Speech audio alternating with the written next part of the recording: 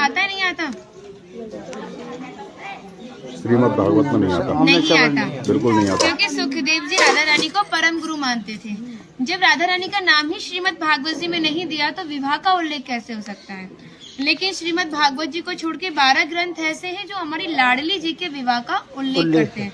लेकिन जिस भांडेर वट के नीचे आप खड़े हो, इसका श्रीमद् भागवत जी के 10वें स्कंद के 18वें अध्याय में 22वां श्लोक कि बृहंतो बाहि मानस्य 4 यंत्रस्य गोदनम भांडीरकम नाम बटम जम्बू कृष्णम प्रोग्राम, यानी वृक्ष द्वापर युग में बहुत विशाल था, 4 योजनों में फैला हुआ था। इसकी जो सीमा थी वो 15 किलोमीटर में थी, तो इसको पंचकोशीय वृक्ष के नाम से भी जानते थे। कान्हा जी इन्हीं की शाखाओं पर चढ़ के यमुना मैया को आर पार किया करते थे। मान्यता है कान्हा जी की जो 9 लाख गाय थी दोपहर के समय इसी वृक्ष के नीचे बैठ के विश्राम करती थी। तो माता जो भी माखन मिर्ची रोटी इत्यादि प्रसादम में रख देती थी, सभी ग्वाल वाल एकत्रित होकर दोपहर का भोजन करते थे। और भांडीर वन में सबसे बड़ा विशेष फल इसी प्रसादी का बताया गया है, क्योंकि आप कभी किसी विवाह में जाते हैं तो बिना अन्न प्रसादी के नहीं आते।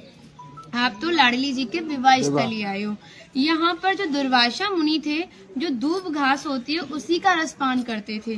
ब्रज की गोपियों ने इसी वट वृक्ष के नीचे उनको 56 प्रकार के व्यंजन खिलाए थे। यहाँ पर राधा कृष्ण में मल्ल युद्ध हुआ था, उसमें ये तय था कि जो भी हारेगा उसको भंडारा करना होगा। तो जब हमारे कान्हा जी हार गए थे तो ग्वाल वालों के साथ मिलके यहाँ पे भंडारा किया, उसी के नाम पर इसका नाम भांडीर बन पड़ा।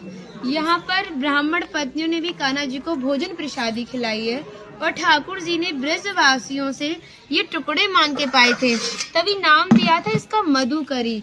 मांग के पाना मतलब मधुकरी। तभी शास्त्रों में ब्रजवासियों को अपना हृदय बताया और कहा कि जब तक ब्रजवासी की कृपा नहीं होगी, ठाकुर जी की कृपा बहुत दूर की बात है।